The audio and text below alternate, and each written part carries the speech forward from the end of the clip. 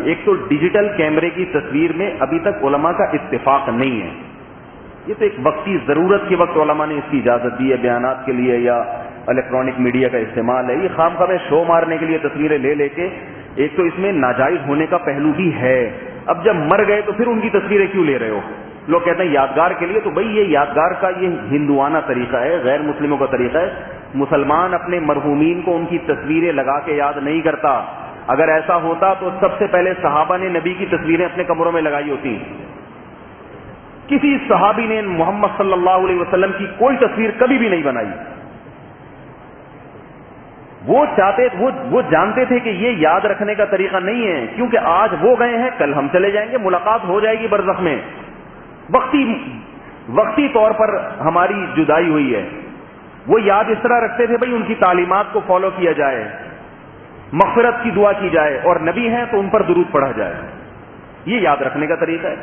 ہمارے ہاں کچھ بھی نہیں کرتے, تصویریں لگا کے جیب میں بھی رکھی ہوگی, ایک بٹوے میں لگی ہوئی ہوگی, ایک فیس بک پہ ڈالی ہوئی ہوگی, ایک واٹس ایپ پہ لگائی ہوئی ہوگی جی مجھے یہ حضرت جی سے بڑی محبت تھی.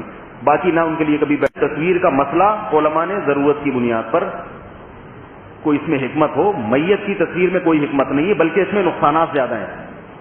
دوسرا, میت کی تصویر لینے میں دوسرا نقصان یہ ہے, یہ بہت اچھی طرح سے سمجھیں, کہ جب انسان مر جاتا ہے تو وہ چاہتا ہے کہ میرا چہرہ چھپا دیا جائے, کیونکہ مرنے کے بعد چہرے میں تغیر پیدا ہوتا ہے.